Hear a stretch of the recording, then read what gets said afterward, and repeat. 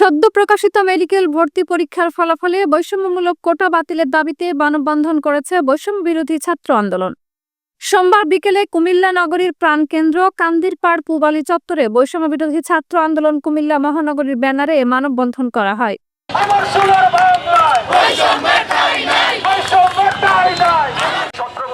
এ সময় মানববন্ধনে বক্তারা 3 দিনের মধ্যে মেডিকেল ভর্তি পরীক্ষার ফলাফলে বৈষম্যমূলক কোটা প্রথা বাতিলের দাবি জানিয়েছেন।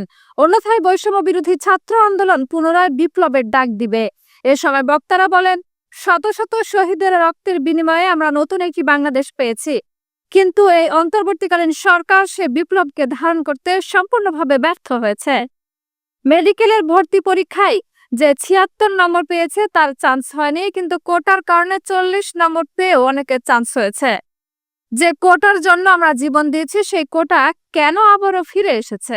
এ সময় বৈষম্য বিরোধী ছাত্র আন্দোলনের শিক্ষার্থীরা কোটা না মেধা, মেধা মেধা, আমার সোনার বাংলায় বৈষম্যের ঠাঁই নাই ইত্যাদি স্লোগানে কুমিল্লা কান্দিরপাড়ের পূবালী চত্বর মুখরিত করে তোলে।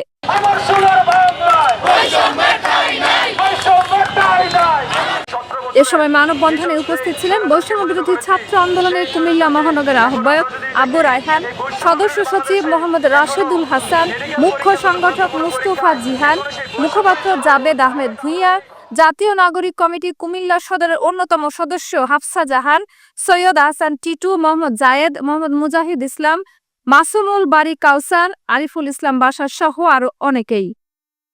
বৈষম্য বিরোধী ছাত্র আন্দোলনের সহযোগী হিসেবে সমন্বয়কারী একসাথে হয়ে আমরা বলতে চাই, বাংলাদেশে কোটার কোনো জায়গা হবে না।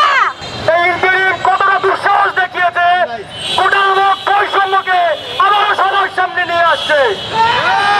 এই ইন্টারিম ভুলে গিয়েছে ছাত্র সমাজ তাদের রক্ত দিয়ে ইন্টারিমকে ক্ষমতায় বসিয়েছে।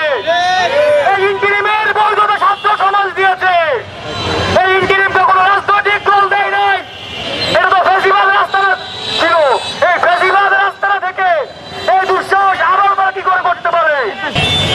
আমরা আশা করেছিলাম স্বৈরাচারী শেখ হাসিনা পালানোর পরে আর কোনো বৈষম্যমূলক কোটা প্রথা থাকবে না, কিন্তু এখনো কোটা প্রথার ভিত্তিতে বিভিন্ন ধরনের ভর্তি পরীক্ষা, নিয়োগ পরীক্ষা